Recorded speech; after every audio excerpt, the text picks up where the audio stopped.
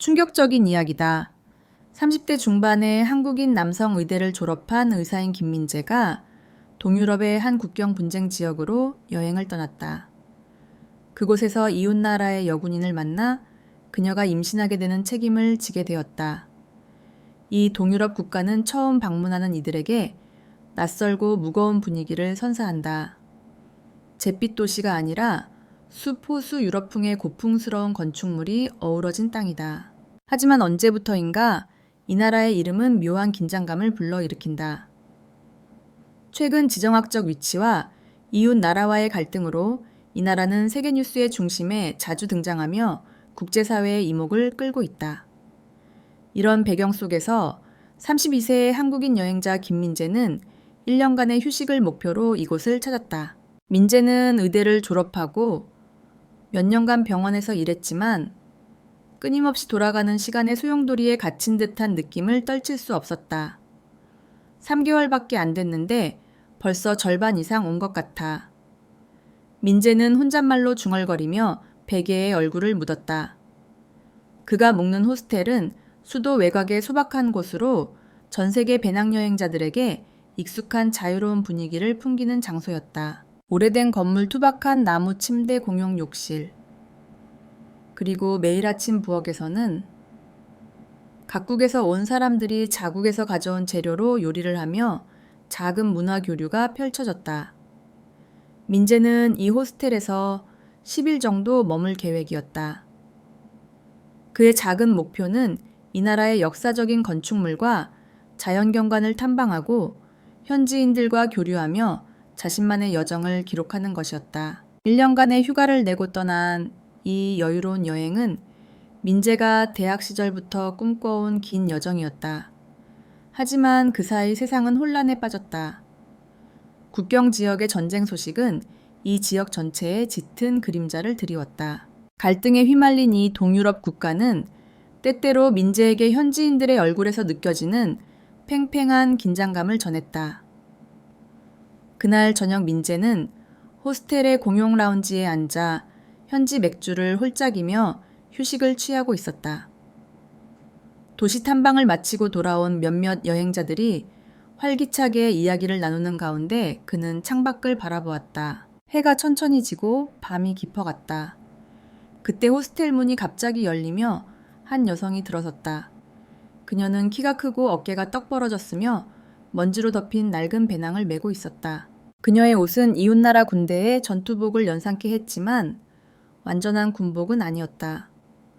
도망치거나 무언가를 버리고 온 흔적이 엿보였다. 그녀의 이름은 윤서진이었다. 이웃나라 말로 호스텔 주인과 짧게 대화한 후 윤서진은 안내받은 방으로 천천히 계단을 올라갔다 갔다. 김민재는 그녀를 힐끗 보았을 뿐 말을 걸지 않았다. 주인은 민재에게 그녀가 현지 독주 한 병과 호밀빵을 사서 방으로 들어갔다고 전했다. 그러면서 조심스레 덧붙였다. 요즘 이웃나라 관련된 사람들이 오면 다들 눈길을 주더라고. 전쟁이 계속되고 있으니까. 민재는 대답했다. 하긴 여긴 동유럽이고 충돌 지역 근처라 더 불안하겠죠. 하지만 그는 윤서진에게 별 관심을 두지 않았다. 이 호스텔은 세계 각국에서 온 사람들이 오가며 약간 거친 외모의 누군가가 있어도 놀랄 일은 아니었다. 하지만 다음 날 아침 민재는 부엌에서 우연히 그녀를 마주쳤다. 굿모닝 민재가 영어로 인사했다. 윤서진은 잠시 멈칫하더니 어색한 목소리로 굿모닝이라고 답했다. 그녀의 눈에는 피로가 가득했고 얼굴은 어두웠다. 눈에 띄는 건 여기저기 해진 옷뺨에 희미한 흉터 손등에 굳은 살과 상처였다. 의사로서의 본능으로 민재는 즉시 그녀에게 다친 곳이 있는지 묻고 싶었다. 실례지만 어디 아프신 건 아니죠? 그는 차를 우려내며 부드럽게 물었다. 윤서진은 잠시 망설이다. 고개를 저으며 말했다. 그냥 좀 피곤할 뿐이에요. 그녀는 부엌에서 통조림과 물을 꺼내 조용히 밥을 준비했다. 계속 찡그린 표정은 아침 햇살 때문인지 다른 이유 때문인지 알 수 없었다. 민재는 어색한 분위기를 풀어보려 했지만 윤서진은 누구와도 대화할 기분이 아닌 듯했다. 혼자 있고 싶나 보군. 민재는 속으로 생각하며 더 말을 걸지 않았다. 대신 그는 테이블 위의 신문을 흐릿보았다. 신문은 국경 충돌과 이 동유럽 국가의 입장에 대한 국제 뉴스로 가득했다. 며칠 전 교전으로 양측 병사들이 다쳤고 이웃나라 병사들이 포로로 잡혔다는 내용이었다. 그제야 민재는 어젯밤 온 여성이 이웃나라와 관련이 있을지 모른다는 생각이 스쳤지만 확실한 건 없었다. 이 호스텔은 누구나 받아들이며 국적이나 사정을 설명할 의무는 없었다. 어떤 이는 며칠 머물고 어떤 이는 하루 이틀 있다 사라졌다. 그날 민재는 도시를 둘러보러 나갔다. 수도 중심가를 거닐며 유럽풍 건축물 소박한 골목 오가는 사람들을 관찰했다. 사람들은 일상을 살아가지만 전쟁이 남의 일이 아님을 아는 듯 입술에 미묘한 긴장이 걸려 있었다. 커피숍 옆 한 노인이 정치 뉴스를 읽으며 떨리는 목소리를 냈다. 공원 근처에서는 젊은이들이 담배를 피우며 조심스레 이웃나라와 충돌 지역 소식을 언급했다. 김민재는 마음을 진정시키기 위해 버스를 타고 도시 외곽으로 나갔다. 숲속 오솔길을 여유롭게 걷던 그는 상황이 그리 불안정하지 않은 게 다행이라고 생각했다. 하지만 해가 저물며 호스텔로 돌아왔을 때 분위기는 묘하게 달라져 있었다. 그 이웃나라 여성이 아까 심하게 울면서 발작하듯이 떨었어요. 영국 출신 배낭여행자가 귓속말로 전했다. 전쟁 때문에 심각한 심리적 외상을 겪은 것 같아요. 군인이라고 말하진 않았지만 대화 몇 마디 들어보니 군대 경험이 있는 것 같더라고요. 이 말을 듣는 순간 민재의 가슴이 철렁했다. 호스텔 주인과 다른 여행자들에 따르면 윤서진은 잠시 외출했다 돌아와 갑자기 주저앉아 숨을 몰아쉬며 흐느꼈다고 했다.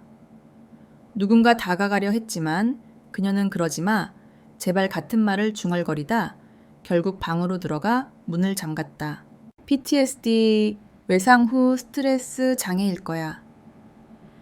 민재는 의사로서의 경험을 떠올렸다. 외과 의사라 심리적 외상 환자를 임상에서 자주 접하지는 않았지만 인턴 시절 정신과 세미나에서 들은 기억이 떠올랐다. 전쟁 사고, 큰 충격을 겪은 사람들은 보이지 않는 마음의 구석에 깊은 상처를 낳는다. 그들은 갑작스레 악몽을 꾸거나 공황 상태에 빠져 마치 공포가 눈앞에서 되풀이되는 듯 숨을 몰아쉰다. 이 이야기를 들은 민재는 조심스레 윤서진의 방 앞으로 갔다. 문은 굳게 잠겨 있었고 노크에도 답이 없었다. 그는 이웃나라 말로 안에 계신가요? 괜찮으신가요? 라고 몇 마디 건넸지만 응답이 없었다. 잠시 망설이다 민재는 결국 자리를 떴다. 억지로 문을 열려 해선 안 된다고 생각했다. 상대가 원치 않는데 함부로 간섭하는 건 옳지 않다.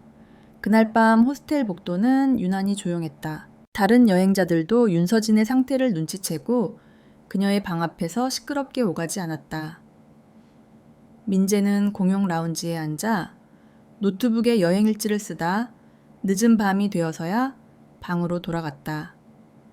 하지만 새벽 복도에서 나는 소리에 잠이 깼다. 밖을 내다보니 윤서진이 불안한 눈빛으로 계단을 내려가고 있었다. 슬리퍼를 신고 얇은 겉옷만 걸친 그녀는 이유 모를 급한 숨을 몰아쉬었다. 무슨 일이 생겼다고 생각한 민재는 서둘러 뒤를 따랐다. 1층 공용 라운지의 불은 꺼져 있었지만 창문으로 스며든 달빛이 몽환적으로 비쳤다. 윤서진은 테이블 옆에 앉아 고개를 숙이고 있었다. 괜찮으신가요? 민재가 다가가 영어로 조심스레 물었다. 대답 대신 그녀는 어둠 속에서 민재를 한참 바라보았다. 그 눈빛은 경계심과 두려움이 뒤섞여 있었다. 미안해요. 그냥 잠을 못 잤어요. 그녀가 나지막이 중얼거렸다. 민재는 근처에 앉으며 도움이 필요하면 말해요 라고 말했다. 한참 침묵이 흐른 뒤 윤서진이 갑자기 이웃나라 말로 무언가를 중얼거렸다. 민재가 알아듣지 못하자 그녀는 어색한 영어로 바꿔 말했다. 저는 이웃나라 군인이었어요. 복무했죠? 윤서진의 목소리가 떨렸다. 하지만 전쟁이 터지고 부대에서 너무 끔찍한 일들을 겪었어요. 우리 부대는 교전 지역으로 파견됐고 많은 동료가 죽었어요. 민간인들도 엄청난 불행을 겪었고요. 그녀는 숨을 고르며 말을 이어갔다. 비밀을 숨겨왔던 속마음을 털어놓듯이. 더는 견딜 수 없었어요. 명령을 따라야 했지만 그건 너무 잔인하고 무의미했어요. 우리가 정말 옳은 일을 하고 있는 걸까? 뭘 위해 싸우는 걸까? 모르겠어요. 결국 그녀는 도망쳤다. 그곳에서 더는 버틸 수 없었어요. 김민재는 말을 잇지 못했다. 이 동유럽 국가와 이웃 나라는 국경을 맞대고 있다. 윤서진은 전장이나 부대에서 탈영해 이곳으로 왔을 터였다. 이웃 나라 군대의 탈영병이라면 그녀는 분명 위험한 처지에 놓여 있었다. 그럼 지금 여기서 숨어 있는 건가요? 민재가 물었다. 윤서진이 고개를 끄덕였다. 부대에서 도망쳤어요. 교전 지역에서 입은 부상 때문에 일시적으로 의료 후송될 예정이었죠. 그 틈에 국경을 넘어왔어요. 아는 사람에게 잠깐 도움을 받았지만 이제 갈 곳이 없어요. 이웃 나라로 돌아가면 군사재판을 받을 거예요. 교전 지역으로도 갈 수 없고요. 그녀의 목소리는 점점 더 떨렸다. 의사로서 민재는 그녀가 심각한 심리적 외상과 불안 죄책감에 시달리고 있음을 느꼈다. 부상이나 건강 상태는 어때요? 필요하면 제가 좀 살펴볼게요. 민재가 말했다. 윤서진은 놀란 눈으로 그를 바라보았다. 당신 뭐예요? 저는 한국에서 온 의사예요. 사실 여행 중이고 관광하러 왔죠. 그래도 의학 지식이 있으니 도움이 필요하면 말해요. 민재가 미소 지었다. 윤서진은 믿기지 않는 듯 고개를 살짝 저으며 한숨을 내쉬었다. 고마워요. 하지만 지금은 뭘 해야 할지 모르겠어요. 민재는 그녀가 손을 꽉 쥐고 입술을 굳게 다무는 모습을 보았다. 새벽녘 그녀가 두려움과 절망을 억누르려 애쓰고 있음을 느꼈다. 일단 여기서 푹 쉬어요. 밖으로 나오지 말고. 지난 일들 때문에 많이 지쳤을 거예요. 민재가 차분히 말했다. 윤서진은 한참 말없이 있다가 고개를 끄덕이고 천천히 일어섰다. 알았어요. 이런 모습 보여서 미안해요. 그녀는 계단을 올라갔다. 어둠 속 그녀의 등이 유난히 연약해 보였다. 다음 날 아침 민재는 윤서진이 호스텔 주인과 로비에서 다투는 모습을 목격했다. 주인이 현지어로 거칠게 소리쳤다. 윤서진은 불안한 얼굴로 무언가를 해명하려 했다. 민재가 다가가자 주인이 영어로 설명했다. 이 여성이 방값을 안 냈어요. 돈이 없대요. 갑자기 장기 투숙을 원하는데 곤란하죠? 우리도 사업을 해야 하니까. 윤서진은 고개를 숙인 채 밖을 바라보았다. 그녀의 배낭은 텅 빈 듯했고 신분증이나 은행 계좌도 없거나 사용할 수 없는 듯했다.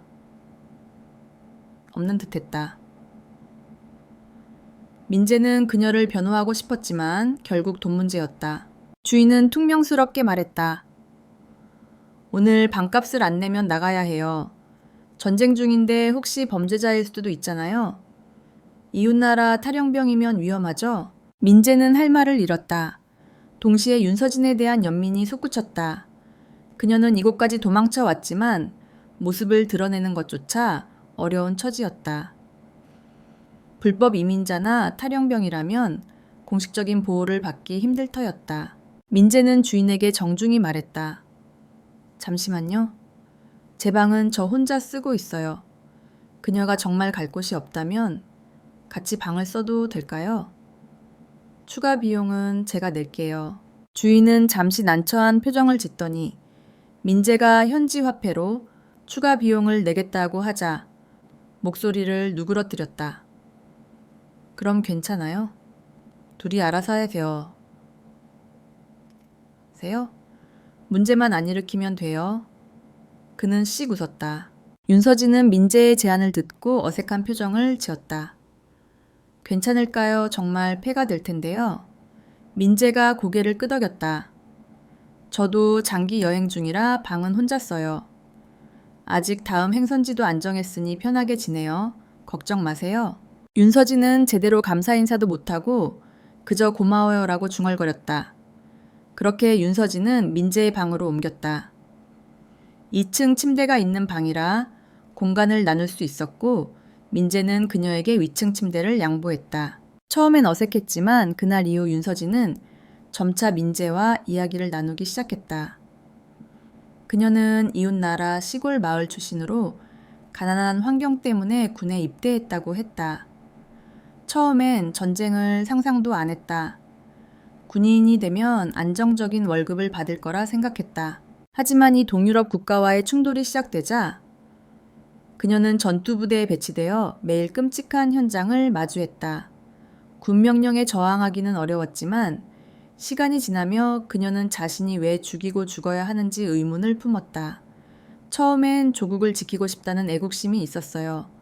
시간이 지나면서 정말 옳은 일을 하고 있는지 의문이 들었어요. 민간인들이 고통받고 수많은 사람들이 다치거나 죽었는데 상부에선 더 강하게 공격하라는 명령만 내렸죠.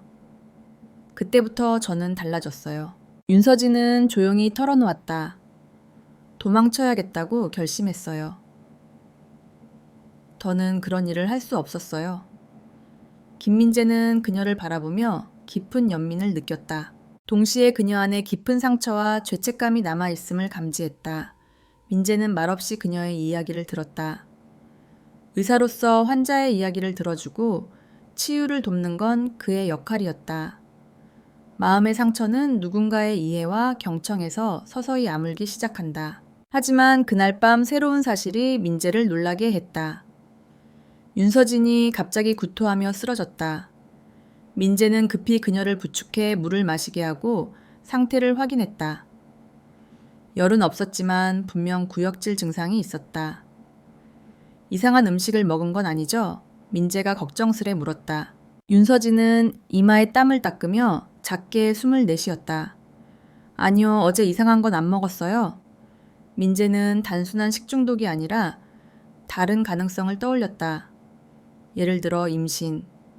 그녀가 구토하며 배를 움켜쥐고 이상할이 많지 예민하고 피곤한 상태가 그의 의학 지식을 자극했다. 하지만 섣불리 단정할 순 없었다. 내일 아침 상태가 나아지면 병원에 가보는 게 어때요? 좀 멀지만 여기 괜찮은 병원이 있어요. 민재가 조심스레 제안했다. 윤서진은 황급히 고개를 저었다. 안 돼요. 병원에 가면 기록이 남아요? 탈영병으로 등록되면 바로 곤란해질 거예요. 민재는 그녀의 처지를 이해했다. 신분을 드러내기 어려운 게 사실이었다. 하지만 건강을 방치하면 더 위험할 수 있었다. 제가 의사니까 간단히 진찰할 수 있어요. 약도 구할 수 있고요. 일단 아침까지 지켜봐요. 그날 밤 잠들기 전 윤서진은 몇 번 더 구토했다. 민재는 곁에서 대야와 물을 준비하며 그녀를 살폈다. 그는 그녀가 전장에서 입은 부상이 4장 이상을 남겼을까 걱정했다. 다음날 새벽 윤서진은 또 구토했다. 민재는 간단히 맥박 혈압천을 측정하고 청진기로 배를 들어보았다. 그러고는 잠시 침묵하며 약간 당황한 표정을 지었다. 이거 말하기 좀 조심스럽지만 임신 가능성이 있어 보입니다. 윤서진의 얼굴이 굳었다. 증상이 초기 임신과 비슷해요. 구역질 피로감 고열은 없지만 몸이 약간 뜨거운 느낌이죠. 정말 그럴 가능성이 전혀 없는 걸까요? 윤서진은 고개를 숙인 채 망설이다가 마침내 입술을 떨며 말했다. 사실 예전에 제 약혼자와 그가 전사하기 전 국경 전쟁이 시작되기 전에 짧은 휴가를 보냈어요. 그때 그녀는 말을 끝맺지 않았지만 충분히 이해할 수 있었다. 윤서진에게는 군인이었던 약혼자가 있었고 그는 전쟁 초기에 전사한 듯했다. 눈물로 젖은 눈을 한 윤서진은 떨리는 목소리로 말했다. 그가 죽었다는 소식을 들었을 때 혹시 그때 제가 임신했을지도 모른다고 생각했어요. 하지만 전쟁과 온갖 일들 때문에 확인할 정신이 없었죠. 김민재는 부드럽게 그녀의 등을 토닥였다. 정말 미안해요. 이건 정말 힘든 일이네요. 지금 탈영병 신분에다가 임신까지 했다면 몸과 마음이 엄청 지쳤을 거예요. 더는 무리하면 안 돼요. 최소한 필요한 영양을 보충하고 스트레스를 줄여야 해요. 윤서진은 복잡한 표정으로 바닥을 내려다보았다. 전쟁으로 약혼자를 잃고 탈영에 도망친 자신, 그리고 이제 임신까지 이 모든 현실이 그녀를 짓누르고 있었다. 이제 더머반이죠. 이웃 나라로 돌아갈 수도 교전 지역으로 갈 수도 없어요. 여기선 병원도 함부로 갈 수 없는데 아이까지 생겼어요. 도대체 어쩌란 말이에요? 그녀의 목소리는 절망으로 가득했다. 민재는 잠시 생각하다 단호한 얼굴로 말했다. 원한다면 제가 할 수 있는 한 도울게요. 의사라 임신과 출산에 대해 어느 정도 지식이 있어요. 전문 산부인과 의사만큼은 아니더라도 기본적인 도움은 줄 수 있어요. 윤서진은 믿기지 않는다는 듯 그를 바라보았다. 왜 이렇게까지 하는 거죠? 우린 그냥 모르는 사이잖아요. 민재는 어색하게 웃었다. 솔직히 여행 중에 이런 상황을 마주할 줄은 몰랐어요. 하지만 의사는 사람을 돕는 직업이잖아요. 안 그래요? 당신이 겪은 고통을 조금이라도 덜어줄 수 있다면 그게 제가 할 수 있는 최선이에요. 그 순간 윤서진은 눈물을 터뜨렸다. 감정이 북받치며 슬픔과 섞인 눈물이 흘렀다. 그녀는 얼굴을 민재의 팔에 묻고 울었다. 지금까지 홀로 버티며 탈영병이라는 신분에 갇혀 누구의 도움도 받을 수 없으리라 생각했다. 그런데 이 한국인 남성이 아무 대가 없이 손을 내밀었다. 그 사실은 그녀에게 감사와 미안함을 동시에 느끼게 했다. 그렇게 둘은 어쩔 수 없는 동거를 이어갔다. 윤서진의 방값 문제도 해결되었고 민재는 그녀를 위해 간단한 임신 테스트기를 사왔다. 결과는 양성이었다. 정확한 검사를 위해선 병원에 가야 했지만 윤서진의 신분 때문에 병원은 큰 부담이었다. 병원에서 바로 처벌하거나 하진 않겠지만 서류 문제가 생길 수 있어요. 최대한 조심해야 해요. 제가 할 수 있는 범위에서 도울게요. 민재가 말했다. 윤서진은 하루 종일 멍하니 있다가 밤이 되자 눈물을 흘리며 말했다. 도망칠 때 뱃속에 아이가 있는 줄 알았다면 더 빨리 움직였을 거예요. 그녀는 자신을 자책했다. 김민재는 그녀의 몸과 마음이 극도로 지쳐 있음을 알았다. 한편 호스텔 주인은 더 이상 윤서진에 대해 앞다가 왈가왈부하지 않았다. 민재가 방값을 꾸준히 내고 문제를 일으키지 않자 주인도 간섭할 이유가 없었다. 오히려 며칠 뒤 윤서진은 가끔 주인과 대화하며 청소를 돕기도 했다. 하지만 호스텔 밖 세상은 여전히 불안정했다. 두 나라 간 전쟁은 점점 격화되었고 이 동유럽 국가는 정치적으로 민감한 위치에 있었다. 만약 이웃나라 군대가 이 나라를 통해 대규모 공격을 감행하거나 이 나라 당국이 이웃나라 탈영병을 추적하기 위해 협력한다면 윤서진의 안전은 위협받을 터였다. 민재는 늘 마음 한구석이 불안했다. 이곳을 떠나야 할까? 그 와중에 또 다른 작은 위기가 닥쳤다. 어느 오후 현지 경찰 2명이 호스텔에 들이닥쳤다. 여행자들의 신분증을 점검하러 왔다고 했다. 민재는 늘 여권을 지니고 있었지만 윤서진은 여권이 없었다. 이웃나라 군인 신분증마저 오래전에 버렸을 터였다. 윤서진은 방에 숨어 극도로 두려워했다. 경찰과 마주한 민재는 저는 한국에서 왔고 여기 장기 투숙 중입니다 라며 여권을 내밀었다. 경찰은 여권을 확인하고 별 문제 없이 떠났지만 윤서진의 존재가 발각되었다면 무슨 일이 벌어졌을지 몰랐다. 호스텔 주인도 경찰에게 적당히 둘러대며 요즘 단기 투숙객이 많지 않다고 말했다. 다행히 경찰은 별 의심 없이 떠났지만 윤서진은 한동안 문 밖으로 나오지 못했다. 민재가 말했다. 이렇게 계속 숨어 있을 순 없어요. 다른 방법을 찾아야 해요. 윤서진은 절망적인 얼굴로 답했다. 알아요. 하지만 어디로 갈 수 있겠어요, 폴란드? 리투아니아? 거긴 국경 검문이 엄격할 거예요. 저는 여권도 없고 군인 신분이에요. 민재도 갈피를 잡지 못했다. 그는 자신의 한국 국적을 떠올렸다. 한국 대사관에 도움을 청할 수 있을까 하지만 윤서진이 이웃나라 탈영병이라는 건 극도로 민감한 문제였다. 국제 외교적으로 공식 보호를 요청하는 것도 장애물이 많았다. 결국 둘은 당분간 호스텔에 조용히 머물며 윤서진이 안전하게 임신을 유지할 방법을 찾기로 했다. 민재는 매일 그녀에게 영양 보충과 휴식을 강조했다. 윤서진이 구토하거나 어지러움을 호소할 때면 적절한 약을 구하거나 침대에서 쉬게 했다. 윤서진은 점차 민재에게 의지하기 시작했다. 시간이 지나며 윤서진의 배는 서서히 불러왔다. 임신 6개월에 접어들자 그녀의 신체 변화는 더 뚜렷해졌다. 이제 더 조심해야 해요. 가벼운 운동만 하고 스트레스를 최대한 줄여야 해요. 민재가 조언했다. 윤서진은 우울할 때면 전장에서 잃은 약혼자를 떠올렸다. 그도 저처럼 군인이었어요. 우린 싸우면서도 서로 의지했죠. 전장에 나가야 한다는 걸 알았지만 그가 돌아올 거라 믿었어요. 하지만 그는 돌아오지 않았어요. 그녀가 말할 때면 민재는 조용히 그녀의 손을 잡고 귀를 기울였다. 윤서진이 겪은 상실과 죄책감은 상상 이상이었다. 때때로 그녀는 악몽을 꾸며 꿈속에서 비명을 질렀다. 한밤중에 땀에 젖어 깨어난 그녀는 민재가 괜찮아요. 진정해요. 라고 달래주며 겨우 안정을 찾았다. 극도의 스트레스는 임산부에게 위험했기에 민재는 그녀를 안정시키려 온갖 방법을 동원했다. 어느 날 공용 라운지 창가에 앉아있던 윤서진이 물었다. 아이를 낳으면 어쩌죠? 저는 탈영병이고 지금 숨어 다니는 신세예요.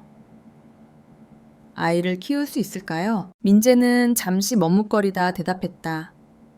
일단 가장 중요한 건 아이를 건강히 낳는 거예요. 그 다음엔 상황을 보고 제가 더 도울 방법을 찾아볼게요. 예를 들어 다른 나라에서 망명을 신청하거나 인도적 보호를 받을 수 있는지 알아보는 거죠. 물론 말은 쉽지만 실행은 어려웠다. 민재에게도 이건 큰 도전이었다. 그는 단지 여행 중이었을 뿐 이런 복잡한 상황에 휘말릴 줄 몰랐다. 하지만 물러설 수 없었다. 윤서진은 의지할 곳이 없었고 의사인 민재가 망설인다면 그녀와 뱃속 아이가 위험에 처할 터였다. 임신 7개월에 접어들자 윤서진의 신체적 부담은 더 커졌다. 가끔 배가 아프다고 호소했다. 민재는 걱정이 깊어졌다. 이제 전문 산부인과 의사의 진찰이 절실했다. 하지만 병원은 여전히 큰 위험을 동반했다. 무슨 일이 생기면 기록이 남고 이웃나라 군인 신분이 드러나면 그녀는 체포될 수 있었다. 그러나 더는 미룰 수 없는 순간이 왔다. 어느 새벽 윤서진이 심한 복통과 출혈을 호소하며 침대에서 몸을 웅크렸다. 어떡해요. 피가 조금 나와요. 그녀의 얼굴은 창백했다. 민재는 확인해보니 출혈량은 많지 않았지만 임신 중 출혈은 결코 가벼운 일이 아니었다. 그는 응급처치를 하며 그녀를 진정시켰지만 상태가 지속되면 아이도 위험할 수 있었다. 결국 민재는 결단을 내렸다. 병원에 가야 해요. 더 늦으면 당신도 아이도 위험해요. 윤서진은 눈물로 젖은 얼굴로 고개를 저었다. 안 돼요. 잡힐 거예요. 그녀는 흐느끼며 고통으로 앉지도 못했다. 민재는 거의 애원하듯 말했다. 죽는 게 잡히는 것보다 낫겠어요. 잠깐만요. 제 현지어와 이웃나라 말은 서툴지만 응급실에 가서 당신 신분이 노출되지 않도록 최대한 설명해 볼게요. 국적을 말하지 않으면 쉽게 신원을 확인하지 못할 거예요. 윤서진이 두려운 눈빛으로 김민재를 바라보았다. 잠시 뒤 그녀는 힘겹게 고개를 끄덕였다. 민재는 호스텔 주인의 차를 빌려 윤서진을 근처 병원 응급실로 데려갔다. 응급실에 도착했을 때 윤서진은 땀에 젖어 덜덜 떨고 있었다. 의사와 간호사들은 긴장한 얼굴로 그녀의 상태를 확인했다. 출혈 복통태아는 약 7개월로 추정. 현지어로 짧은 보고가 오갔다. 민재는 영어와 이웃 나라 말을 섞어 최대한 상황을 설명했다. 그냥 여행자입니다. 갑자기 아파해서 데려왔어요. 여권을 잃어버려 신원을 증명할 수 없어요. 그는 숨기려 애썼다. 다행히 응급의료진은 환자의 상태에 더 관심이 있는 듯 신원에는 별 신경을 쓰지 않았다. 그들은 재빨리 윤서진을 진찰했다. 초음파결과 태에 큰 문제는 없었지만 조산 위험이 있어 입원이 필요했다. 병상에 누운 윤서진은 겁에 질린 눈빛이었다. 간호사가 온갖 질문을 쏟아낼 때 민재가 대부분 대신 답했다. 임신 몇 달 됐나요? 남편은 있나요? 같은 질문이 쏟아졌지만 민재는 약 7개월이라며 대충 얼버무렸다. 병원 측은 응급 상황이니 환자가 안정된 후 신원 문제를 논의하자고 했다. 민재는 윤서진 곁에서 괜찮아요. 일단 아기도 무사해요. 라며 다독였다. 눈물로 젖은 윤서진은 중얼거렸다. 정말 고마워요. 여기까지 왔는데 자꾸 잡힐까봐 무서웠어요. 물론 입원은 하루 이틀로 끝나는 일이 아니었다. 조산 위험 때문에 윤서진은 며칠간 상태를 지켜봐야 했고 의사들은 출산 때까지 안정적인 휴식이 필요하다고 했다. 민재는 윤서진이 불안해하자 의사에게 자신이 곁에서 돌볼 수 있는지 물었다. 다행히 병원은 낯선 이에 대해 특별히 반대하지 않았다. 현재로선 환자의 치료와 안전이 우선이었고 이 동유럽 국가 당국도 병원의 실시간 수배 정보를 제공하지 않는 듯했다. 그렇게 병원에서 일주일이 흘렀다. 윤서진은 점차 안정되었지만 신원 문제는 언제 터질지 모르는 시한폭탄 같았다. 어느 날 병원 행정 직원이 조심스레 찾아와 신분증이나 여권 확인이 필요하다고 했다. 출산까지 입원하려면 비용 문제와 환자 등록 절차도 해야 한다고. 민재는 거짓 정보를 줄까 고민했지만 그건 불법이었다. 그렇다고 그녀가 이웃나라 탈영병이라고 솔직히 말할 수도 없었다. 민재가 어찌할 바를 모르고 당황하던 찰나 뜻밖의 도움이 찾아왔다. 병원 간호사 한 명이 조용히 민재에게 다가왔다. 저도 충돌 지역에서 온 난민이에요. 간호사가 속삭였다. 그녀가 이웃나라 군인이었든 뭐든 신경 안 써요. 전쟁이 사람을 이렇게 만들었다면 그녀도 피해자죠. 제가 할 수 있는 한 돕고 싶어요. 그 간호사는 현지어와 이웃나라 말을 유창하게 구사했다. 그녀는 병원 행정 직원에게 조심스레 말해 윤서진이 서류를 잃은 여행자이며 남편을 잃은 복잡한 사정이 있어 시간이 필요하다고 둘러댔다.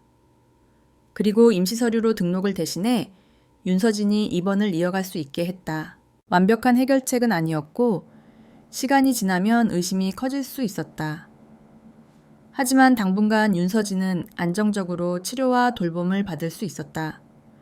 간호사의 따뜻한 마음에 윤서진은 또다시 눈물을 글썽이며 세상에 아직 인간미가 남아있음을 깨달았다. 김민재도 간호사에게 깊이 감사했다. 당신이 없었다면 우린 쫓겨나거나 잡혔을 거예요. 간호사는 짧게 답했다. 어쩌면 우리 모두 전쟁의 피해자일 뿐이에요. 이후 윤서진은 병실에서 태아를 지키는 데 집중했다. 민재는 병원에 머물며 그녀 곁을 지켰다. 병원비는 민재가 감당했지만 여행 자금이 빠르게 줄어들어 걱정이 커졌다. 그래도 아기의 안전이 최우선이었다. 어느 날 윤서진이 감동 어린 목소리로 물었다. 제가 이렇게 큰 도움을 받는데 당신은 뭘 얻는 거죠?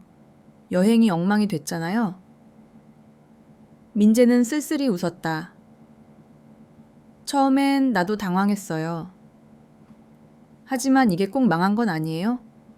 오히려 내 인생에서 가장 강렬하고 의미 있는 경험이에요. 전쟁이 얼마나 끔찍한지, 사람의 생명을 지키는 게 얼마나 중요한지 직접 느끼고 있죠. 윤서진의 눈가가 붉어졌다. 당신이 없었다면 나와 아기는 죽었을 거예요. 정말 고마워요. 의사란 정말 대단한 직업이네요. 하지만 모든 게 순탄한 건 아니었다. 병원 직원이 신원 문제를 파고들거나 정부 기관이 서류 조사를 시작하면 윤서진은 위험에 처할 수 있었다. 간호사와 민재가 시간을 끌며 버티는 동안 윤서진은 점차 안정되었고 태아도 건강을 회복했다. 임신 8개월째 의사가 큰 문제가 없으면 퇴원해 휴식해도 괜찮다고 했다. 병원에 오래 머무는 건 비용도 문제였고 신원 문제도 해결되지 않았다. 민재는 호스텔 대신 다른 곳을 찾아야 했다. 다행히 친해진 간호사의 지인이 시골의 여행자를 월세로 받는 작은 집을 소개해줬다. 민재는 집주인과 연락해 자신과 윤서진이 잠시 머물 수 있는지 물었다. 집주인은 적은 월세만 내면 된다고 했고 민재는 기회를 잡았다. 여기서 몇 달 지내며 출산을 준비합시다. 윤서진은 무거운 배를 안고 민재의 손을 꼭 잡았다. 이러다 정말 출산할 때까지 당신한테 빚만 지는 거 아닌가요? 민재는 그녀의 어깨를 부드럽게 안았다. 그런 말 마요. 난 의사고 지금 우린 인생의 동반자 같은 거예요. 쉽진 않지만 같이 이겨냅시다. 그렇게 그들은 시골의 작은 마을로 갔다. 그곳은 전쟁 소식에서 벗어난 듯 평화로운 동유럽 풍경을 펼쳤다. 윤서진은 창밖을 보며 중얼거렸다.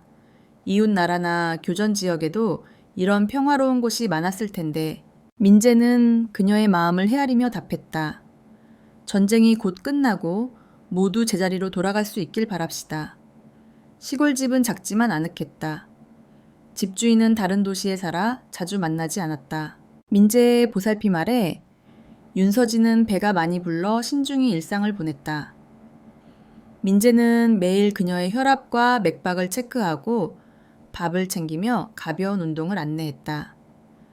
그는 응급분만 키트도 준비해 만일의 사태에 대비했다. 때론 둘은 부부인 척해야 했다. 마을 사람들의 호기심을 피하려 민재는 한국인 남편 윤서진은 이웃 나라 출신 아내로 새로 결혼한 부부라고 둘러댔다. 윤서진은 어색하면서도 씁쓸해했다. 미안해요, 쟤 때문에. 민재는 손을 내저었다. 괜찮아요. 당신과 아기를 지킬 수 있다면 그게 최고죠. 시간은 평화롭게 흘렀지만 윤서진은 여전히 악몽에 시달리거나 전쟁 소식에 괴로워했다. 민재는 외부 자극을 차단하려 뉴스를 멀리하고 태에 좋은 음악을 들려주며 그녀의 마음을 안정시켰다. 아기는 엄마가 평온하기만 바랄 거예요. 민재가 달랬다. 출산일이 다가오자 윤서진은 차분히 물었다. 만약 아기가 태어나면 제 곁에 있어줄 수 있나요? 민재는 그 질문을 예상했지만 실제로 들으니 가슴이 묵직했다. 그는 이미 분만을 돕기로 했지만 그 질문은 더 깊은 의미를 담고 있었다. 당연하죠. 여기까지 왔는데 그 순간을 못 본다면 무슨 의미가 있겠어요? 그는 미소 지었다. 윤서진은 안도하며 숨을 내쉬었다. 그리고 그날이 왔다. 깊은 밤 윤서진이 갑작스레 고통을 호소했다. 민재 배가 너무 아파요. 그녀가 외쳤다. 민재는 준비된 상태로 침대 옆으로 달려가 진통 간격과 상태를 확인했다. 강하고 규칙적인 진통이 시작되었다. 아기가 곧 태어날 터였다. 병원이 최선이었지만 윤서진은 움직이기 힘들었고 시골에서 병원까지는 너무 멀었다. 민재는 응급분만 용품 소독약 거즈 무균 장갑 붕대를 꺼냈다. 전문 산부인과 의사는 아니지만 의사 면허를 가진 그는 응급분만에 필요한 지식과 기술을 배운 터였다. 윤서진 나를 믿어요. 천천히 숨 쉬어요. 들이쉬고 내쉬고. 김민재는 윤서진의 이마에 흐르는 땀을 닦아주며 침착하게 지시했다. 땀으로 젖은 윤서진은 힘겹게 고개를 끄덕였다. 제발, 우리 아기가 무사해야 해요. 진통이 계속되며 윤서진은 비명을 질렀다. 민재는 그녀의 하복부를 확인하며 아기의 머리가 내려오고 있음을 느꼈다. 조금만 더 힘내요. 깊게 숨을 들이쉬고 힘을 줘요. 몇 차례 고통스러운 진통 끝에 마침내 아기의 머리가 나왔다. 민재는 심장이 북처럼 뛰었지만 정신을 집중해 조심스레 아기를 받았다. 거의 다 됐어요. 잘했어요. 조금만 더. 윤서진은 고함을 지르며 힘을 주었다. 민재는 반은 기도하는 심정으로 아기를 받았다. 그 순간 아기의 울음소리가 방 안에 울려 퍼졌다. 나왔어요. 아기가 나왔어요. 무사해요. 민재는 눈물이 고인 채 아기를 품에 안았다. 윤서진도 기진맥진한 채 울음을 터뜨렸다. 스스로 일어날 힘은 없었지만 민재를 바라보았다. 아기는 힘차게 울며 세상에 첫 인사를 했다. 민재는 아기의 호흡과 맥박을 확인하고 탯줄을 처리하며 응급처치를 마무리했다. 윤서진은 마지막 힘을 쥐어짜 아기를 품에 안았다. 아가야, 엄마, 아기, 눈물땀, 수많은 감정이 그녀의 얼굴에서 뒤섞였다. 창문으로 달빛이 은은히 비쳤다. 민재는 한 발 물러서며 경외감을 느꼈다. 전쟁의 광기에서 도망친 이웃나라 여군인 내일을 알 수 없는 떠돌이 여성이 마침내 이 세상에서 자신의 아이를 품에 안았다. 출산 직후 윤서진은 기절하듯 잠들었다. 민재는 밤새 곁에서 출혈이나 감염을 대비하며 지켰다. 다행히 심한 출혈은 없었고 아기의 상태도 비교적 안정적이었다. 새벽 햇살이 비치자 깨끗이 씻은 윤서진은 잠든 아기를 바라보았다. 정말 고마워요. 당신이 없었다면 상상도 할 수 없었을 거예요. 그녀는 목이 메어 말했다. 민재는 웃으며 답했다. 아기도 강했어요. 당신도 정말 고생했죠? 이제부터 회복에 집중합시다. 소식을 들은 마을 이웃들이 아침에 찾아왔다. 민재는 아기가 갑작스레 태어났다고 얼버무렸다. 그들은 반신반의했지만 축하하며 놀라워했다. 다행히 깊이 캐묻지 않았다. 이 동유럽 시골 마을 사람들은 대체로 자기 일에 집중하며 남의 일에 간섭하지 않았다. 며칠이 지나며 아기의 울음소리는 안정되었다. 윤서진도 빠르게 회복했다. 민재는 매일 아기의 상태를 살피고 모유 수유와 기본 위생을 챙겼다. 윤서진은 예상보다 빨리 회복했지만 마음은 여전히 불안해 보였다. 가끔 그녀는 슬픈 눈빛으로 물었다. 이 아이에게 좋은 미래를 줄 수 있을까요? 아기의 국적에 대해서도 고민했다. 우리 아이는 이웃나라 국민일까 아니면? 민재는 달랬다. 지금은 그런 걱정할 때가 아니에요. 천천히 살 길을 찾아갈 거예요. 하지만 분명한 건 이 동유럽 국가에 오래 머물 수 없다는 점이었다. 전쟁은 끝나지 않았고 윤서진의 탈영 사실이 언제든 발각될 수 있었다. 그녀가 아이를 낳은 사실이 알려지면 상황은 더 복잡해질 터였다. 민재는 비밀리에 국제인권단체나 난민지원기관과 연락할 방법을 찾고 있었다. 그 사이 집주인이 가을 수확철이 다가오며 마을에 오가는 사람이 많아지고 경찰 순찰도 늘어날 거라고 전했다. 민재는 불길한 예감을 떨칠 수 없었다. 이 마을을 떠나야 해. 그는 생각했다. 문제는 갓난아기와 산모를 데리고 어디로 어떻게 간다는 것이었다. 그래도 출산이라는 큰 고비를 무사히 넘긴 건 큰 의미였다. 동유럽 국가를 여행하던 한국인 의사와 임신한 이웃나라 여군인의 예상치 못한 만남은 특별한 인연을 만들었다. 출산 후 며칠 뒤 윤서진이 조심스레 물었다. 언젠가 전쟁이 끝나면 우리는 어떻게 될까요? 당신은 한국으로 돌아갈 건가요? 민재는 창밖을 바라보며 잠시 침묵했다. 솔직히 그럴 수도 있죠. 하지만 당장은 당신과 아기가 안전할 곳을 찾아야 해요. 다른 방법이 없다면 둘을 한국으로 데려가는 것도 생각해 봐야죠. 윤서진은 망설이다 그의 손을 살짝 잡았다. 당신 거의 우리 아이의 아빠 같은 존재가 됐어요. 이런 책임을 지우고 싶진 않았는데 민재는 고개를 저었다. 이건 책임이 아니라 내가 진심으로 신경 쓰는 일이에요. 당신과 아기가 살아남았고 앞으로도 살아갈 길이 필요하죠? 친구든 어떤 형태든 끝까지 함께 할게요. 그때 아기가 작고 연약한 울음소리를 내며 세상에 자신의 존재를 알렸다. 윤서진은 미소 지으며 아기를 품에 안았다. 창밖으론 아직 여름 햇살이 남아있는 푸른 들판이 펼쳐졌다. 어딘가에선 전쟁과 갈등 수많은 상처가 사람들을 괴롭히고 있었지만 이 작은 집 안에서는 새로운 생명의 희망이 싹트고 있었다. 민재, 윤서진 그리고 갓 태어난 아기는 이제 세상을 향해 힘겹게 나아가야 했다. 이 동유럽 국가에서 보낸 날들과 뜻밖의 동행은 평생 잊지 못할 기억이 될 터였다. 암울한 현실 속에서도 그들은 서로에게 손을 내밀어 빛이 되어주었다.